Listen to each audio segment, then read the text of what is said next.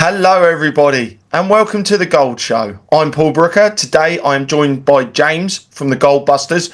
Unfortunately, Adam and Drew can't be here today. Adam's travelling, and Drew is unfortunately poorly, but she is still working behind the scenes, so she's probably not that bad. Well, welcome. We're in week 9 of the show. You'll want to stick around until the end because we'll be announcing the winner of a shining 1 ounce silver coin. So sit back, relax, and let's dive into the world of finance, precious metals, stocks, economies, you name it. We're going to try and cover it today. Hello, James. How are you doing today? Yeah, not too bad, mate. Not too bad. Ah, fantastic. I'm going to jump in with our first story of the day. And I did not expect this to be one of the main news titles in the world of finances out there. Biden is planning to write off billions in Ukrainian debt. He's basically just setting fire to that money and expecting the US taxpayer to pick it up.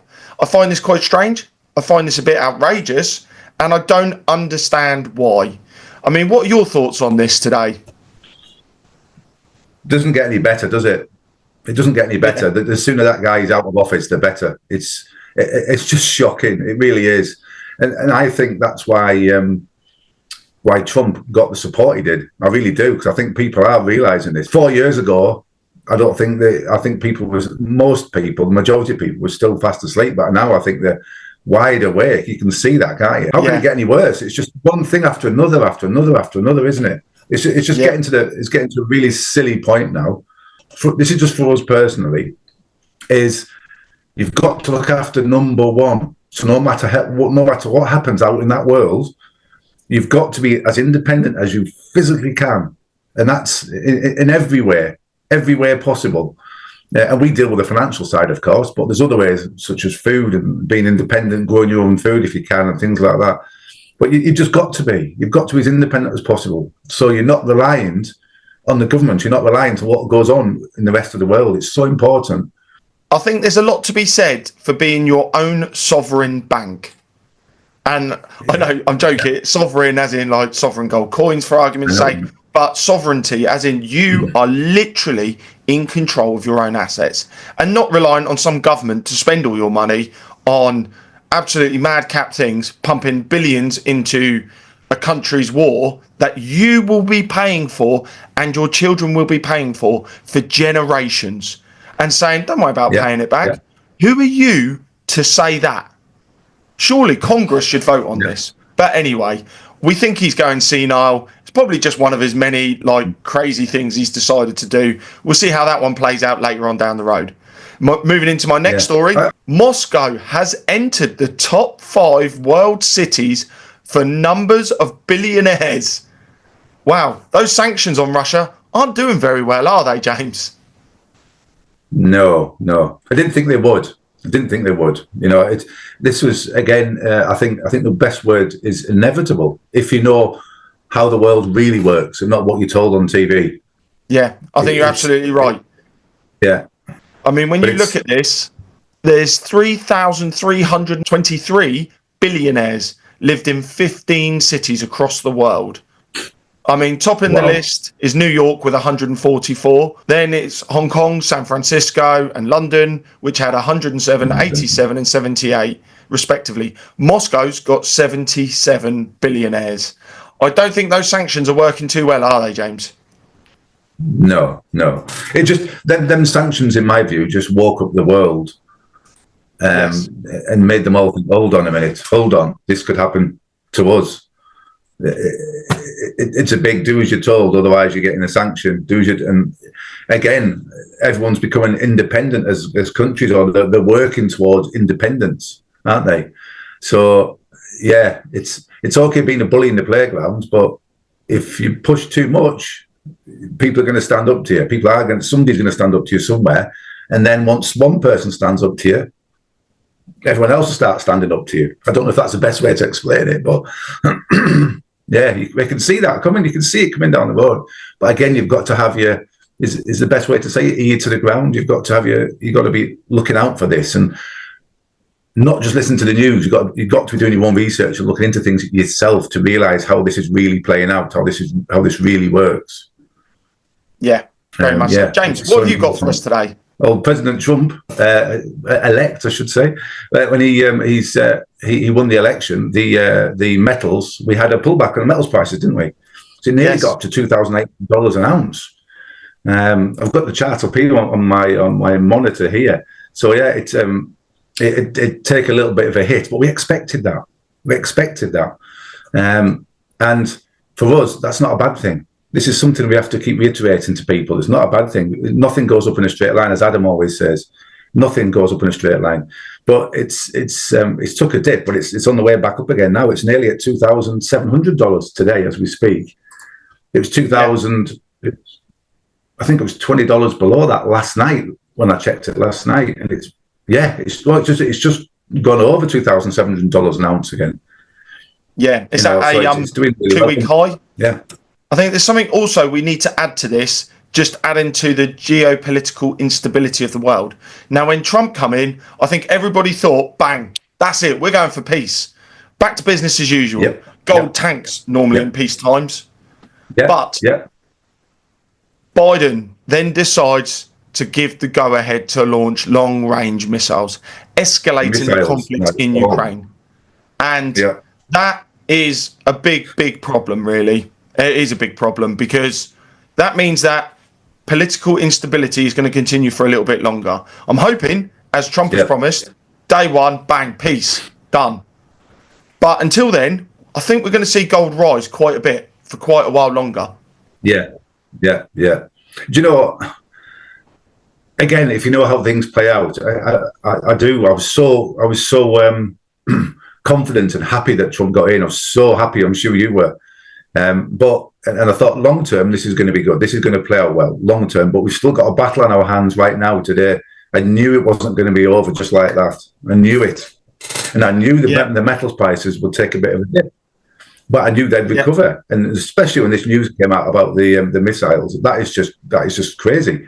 We're literally that far away from World War III, aren't we? If we're not already, it's ridiculous. We're teetering on it, and metals prices always react to that, don't they? Always react to that. As you said, that's why they've bounced back up again.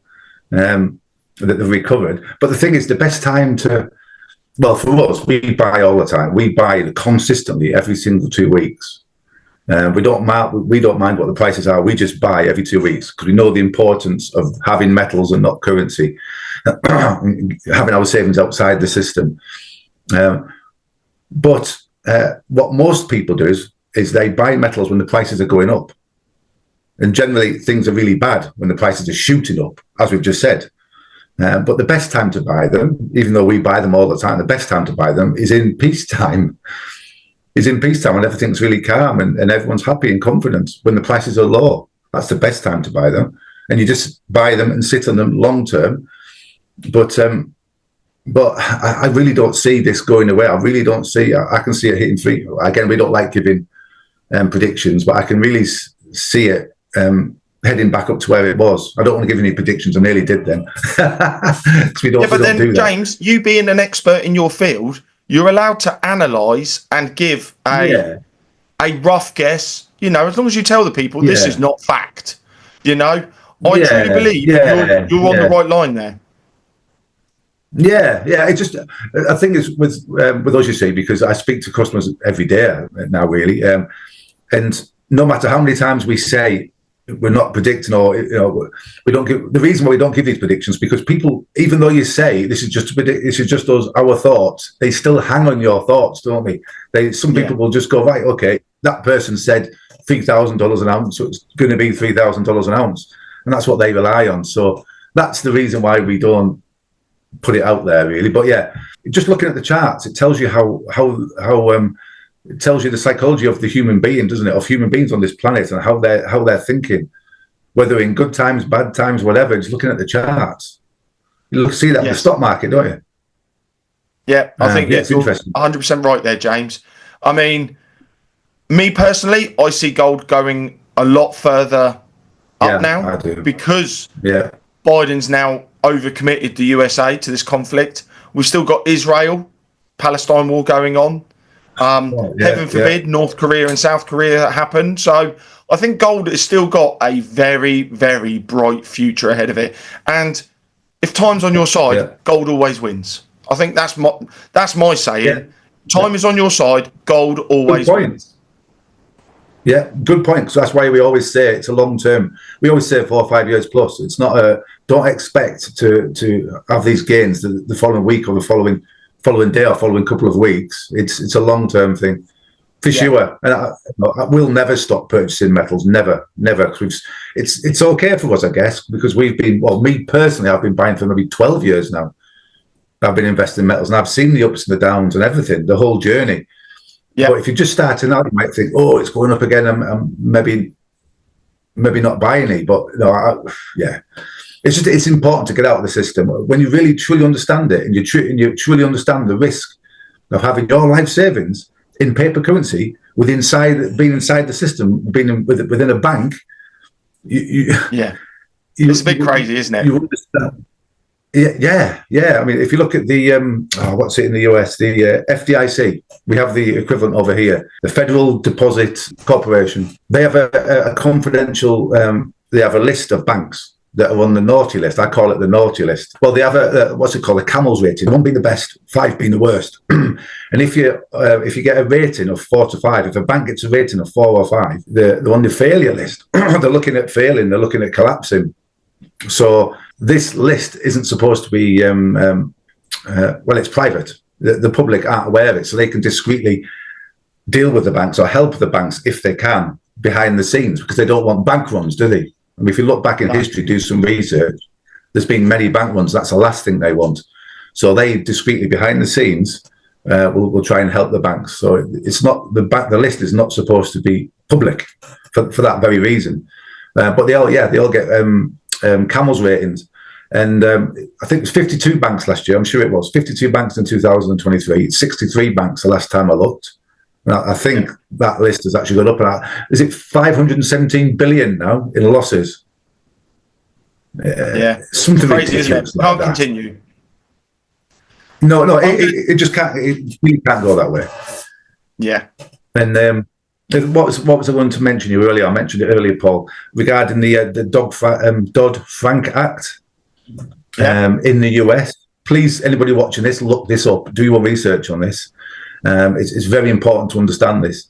And it's all to do with bailouts and bail-ins. Back in 2008, we had bailouts, didn't we? I know in the UK, well, all of them. Well, banks got bailed out with taxpayers' money. The Dodd-Frank Act is just it's trying to say, oh yeah, we're protecting you, the customers, to not let that happen again. So we're going to have bail-ins instead. Bail-ins are the new bailouts. Yeah. But again, it's just savers money. It's savers money again. So it's just money coming from us again. So it doesn't matter whether it's a bailout or a bail-in. I'm putting it in simple terms here, rather than all the jargon. Rather than bailouts or bail-ins, it's still money from our accounts. They can freeze your account. They've done this before. Greece and Cyprus, they've frozen people's accounts if people had over so much money.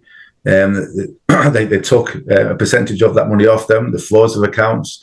They stopped people from taking over certain amounts. They could only take certain amounts out of their banks per day. This is the control they've got over your money in a bank. So it isn't the growth for us. We say this every single day. It isn't the growth for us. That's not the number one reason why we buy metals, even though it does well over time. It was very well. My metals have over doubled since I started, or more than that. But it's not that. It's just getting our money out of the system, having control of it. So no matter what happens out in the world, we've got control over our savings, because that's our future, isn't it? That's our retirements, etc. That's our deposits for our children to get on the property ladder, etc., etc., etc. Sorry, I'm getting carried away again, Paul. Sorry. No worries, James. I'm just going to take this opportunity to bring you the interesting fact of the day about gold. Might be relevant to later on in the show. Gold has been discovered and used by humans for thousands of years, and it's difficult to pinpoint the exact location of its first discovery. However, ancient Egypt is often cited as one of the earliest known civilizations to have extensively mined and used gold. Evidence of gold artifacts and mining activities date back to around 3000 BC. So that's just my interesting fact of the day. might prove useful later on. I'm going to jump in, James, with another news article. And here we go.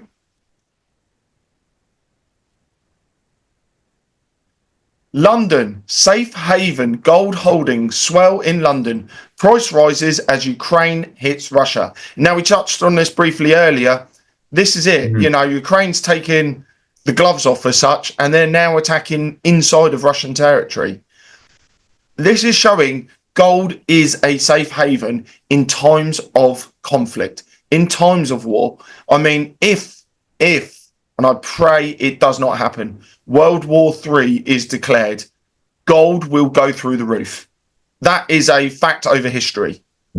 That is a fact. And this isn't me saying, I'm not basing this on anything. You look over history, gold goes through the roof. Because that's what they need to fund wars, because everybody is sanctioning each other with their currencies. Yeah. This is the deep state fighting back, I think. Again, isn't it? Whatever you want to call them, this is them fighting back. This is them saying, this is the way I feel, Paul. You tell me what you feel. I feel that, right, Trump's coming into power now. We're going down. We're going to take him and everyone else with us. That's the way I feel anyway. Yeah. Jumping into my next story. Tell you what, I wouldn't mind finding this. Would you, James? China has found $83 billion worth of gold reserves in Hunan. China has found gold reserves worth 600 billion yuan in central Hunan province. State outlet Xinhua said, Drew, delete that. China has found gold reserves worth 600 billion yuan in central Hunan province. State outlet Xinhua News said on Thursday. China is the world's largest gold producer, accounting for around 10% of global output in 2023. Data from the World Gold Council. It consumed 741 metric tons of gold in the first 3 quarters of this year, while output was 268 tons, meaning it has to rely on imports to meet domestic demand. Now, we know gold and silver are playing an even bigger role in electronics these days. Forget about putting it on your wrist and it looking pretty. It's got crucial attributes for the world electronics industry. No, I found out from a friend of mine who works in satellite technology, gold is one of the only precious resources that does not degrade in space. Wow. Talk about putting an even higher price on gold, let alone as the reserve asset of the world. What are your thoughts, James? Yeah, amazing.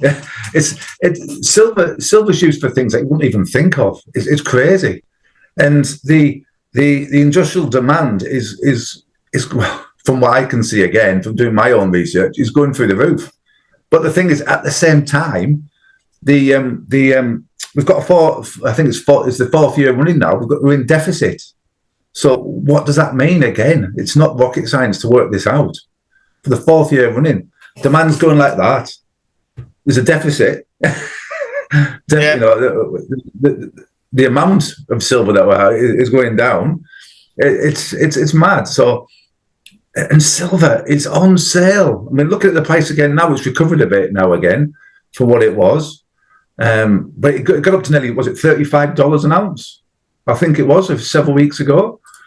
And it took a hit along with gold, because it's always like gold's best friend. It does what gold does. It's just a little bit more excitable. But it's recovered recently, but it's still only like $31 an ounce at the minute. $31.80. Yeah, it's cheap. It's on sale. And I was speaking to a customer yesterday. You know, I just said, look, I was talking about gold and silver, and I said, look, if it was me today, I wouldn't even touch gold, actually. I'd buy silver. And when the ratio came down, I would just switch it to gold then, because I would have more gold than what I would have had if I'd bought gold in the first place, if that makes sense. By switching trading, anyone watching this for the first time, we trade physical metals. We call it switching. And it's a very clever way of multiplying your metals. But it's silver territory in a minute. But many people just want to sit on silver, which is fair enough, because I do think silver in the long term, again, we're going to have a big, big future. I don't see how it can't be, because everything And anything, if you do your own research, you'd be surprised what silver's in, what it's used in. There's thousands of uses, compared to gold, and silver's used up. It's used up where you never see it again. Where gold is much more hoarded. You can touch gold today; it's been around thousands and thousands of years. Yeah. So that difference there alone. So go for it, Paul. I'm getting excited again. Lovely. Right, jumping into my next story. This is from the UK. Borrowing in October hits second highest on record after inflation blow. So our wonderful Chancellor of the Exchequer, Rachel Reeves, screwed the economy. Thank you for that. Now, the government has borrowed £1.6 billion more in October than the previous year, making it the second highest figure for the month in more than 30 years. Ouch, is all I can say on the UK economy. And bearing in mind, we're borrowing. So there's the knock-on effect of that as well. It's crazy how these people, and digging deeper into that, Rachel Reeves lied on her CV.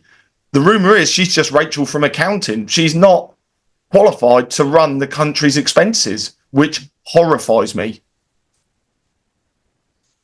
Who's paying for that? Again, who's paying for it with interest? Yep. Who's paying for that? Us again. And that's why they're doing what they're doing at the minute. They're just taking more and giving less. It's very frustrating. It is going to get to a point, I think, where... it's starting to turn now, I think. I think we're several years behind the US, you know. I might be right, I might be wrong, I don't know. But look at what's happening in the US. I think we're on that same path, myself personally. I hope we are, because it needs turning round. It really does need turning round. Because these people in these positions are not qualified to be there.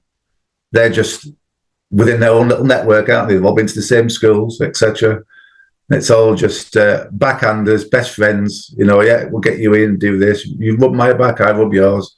Again, this is just my thoughts. People can think for themselves, can't they, and look at it themselves. But that's the way it's always been. I just wish I understood that in an earlier on in life. I think you're right, Paul. James. I think we all wished we understood that in an earlier life. It would have been a lot more. Yeah. Right, jumping on to the next story. Elon Musk has done a post on X showing that actually minorities do quite well in the US economy. And I thought this was quite interesting. So the average US household income by selected ancestry group, white Americans, 69,000, but topping the table, Indians, $126,000. Bottom of the table, but still beating white Americans, Vietnamese with 72,000. I thought that's quite an interesting statistic to put out there. I bet it's pretty similar here, you know. Yeah, I haven't looked, but I bet it's pretty similar here. Yeah, very much. I think they've got a different work ethic to us. Yeah, I think anyway. Right, jumping in with another story. Oh, hang on. I've just got to redo that. Drew, delete this little bit. It's a cock up. I didn't turn on sound while I did it. Bosh. So while the rest of the Chinese section of the... Sorry, that came in too quick for me. While the rest of the world hasn't been up to much, China's been very, very busy. The Chinese section of the Eastern Russia-China line, one of China's key energy projects, has been fully completed and is now entering the final stage of preparation before official operation. The cross-border pipeline is a landmark project in Russia-China energy cooperation. The section in China stretches over 5,000 kilometers from Haihe, a city in northeastern Heilongjiang province bordering Russia, to Shanghai in East China. It is also one of China's 4 strategic oil and gas import. So while we're in the UK trying to get rid of natural gas, China and Russia are building massive pipelines. I'm sitting here going, our economy's in the toilet. Can we wage war properly? No, we haven't got the money for that. And they then want to get rid of natural gas boilers for electric, whatever other things they want to do. are we the ones that are absolutely mental? Because everybody else is business as usual and probably keeping their costs quite low. Because I know our natural gas is really expensive because we're having to import it from America and other countries in the EU. We're not independent, are we, at all? If you look at it, we're so dependent on everybody else. Again, it's the same to what it's the same as what we said earlier about every individual. So being independent, and we're just not. I think energy independence is a number one. I would put that at the top of the list personally. I'm no expert at all, but I would put that number one on the list for any country to be energy. We're just not dependent on anybody else. It's such a for your economy especially. Well, that's why Trump. What does Trump always say? When people say, "What am I going to do? Drill, baby, drill." And we know what that's all about, don't we? Our country seems to be going backwards. It really, truly does in every way. Is there any good news happening in the UK? I'm searching for it. I am looking for it, but yeah, I'm struggling to find it myself. The UK is in a very precarious spot. I feel like we're in the middle of the seesaw, and it's going to go one way or the other very soon. Which way, I don't know at the moment. But my last story of the day, and me being a big crypto lover, got to bring this up. Bitcoin is inches away from cracking all-time high against gold. I thought this was very interesting. We're in very crazy, uncharted territory with crypto at the moment. Trump is a crypto lover, supposedly. And that triggered Bitcoin and everything going sky high once he got in. So it's worth bringing that up. I do believe Bitcoin went to 99,500 yesterday. So maybe it's finding its feet now is the only thing to describe it. What are your thoughts, James? Yeah, I think it is. That again, for me personally, it's only because I keep an eye on it now and again. It was inevitable when Trump got in because of what he said in the past, the confidence he's putting, and he said he's bringing it all back to the US, isn't he? Yeah, it sounds like he's going to put it as like one of his priorities is it the SEC? Yes. Deal with that and the regulations around crypto, etc. I think it's going to make it more easy for people to be able to use it in normal life. From what I can see, anyway, and that's a big thing, isn't it? Because they've been stopped. They've had so many how do I put it, hurdles in the way, haven't they, to deal with? But I think he's on board. So that's what's pushed it up. I think personally, I think he's the main one, especially with having Elon Musk on his side and what he's been saying about it, on how he thinks. So his team, like the superhero team, aren't they?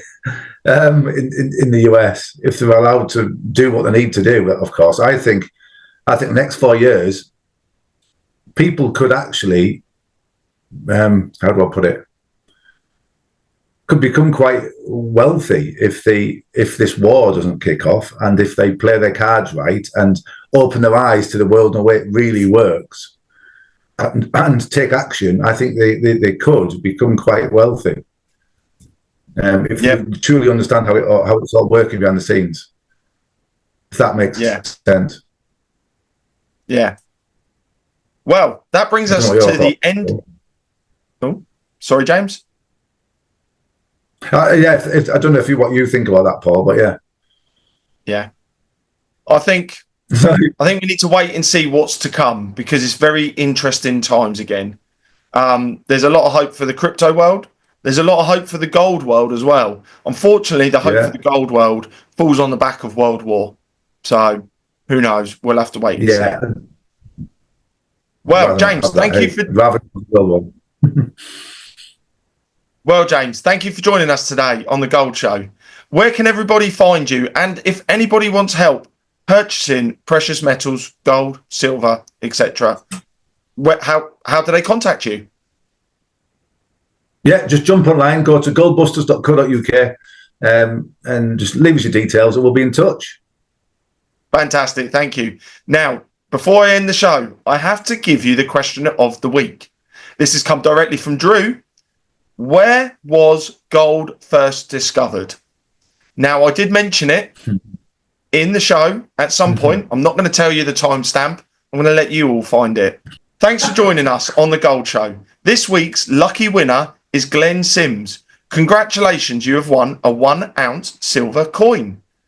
If you want to join our weekly competition to win a 1 ounce silver coin, watch our show, then go to our website, www.thegoldshow.com/competition, and answer the question each week. Just a reminder, you have to re-enter every week to enter into the lucky draw. Any questions about any of the topics we have discussed today, email to questions@thegoldshow.com, which will be read out on next week's show. So take care, God bless, and see you all soon. Bye now.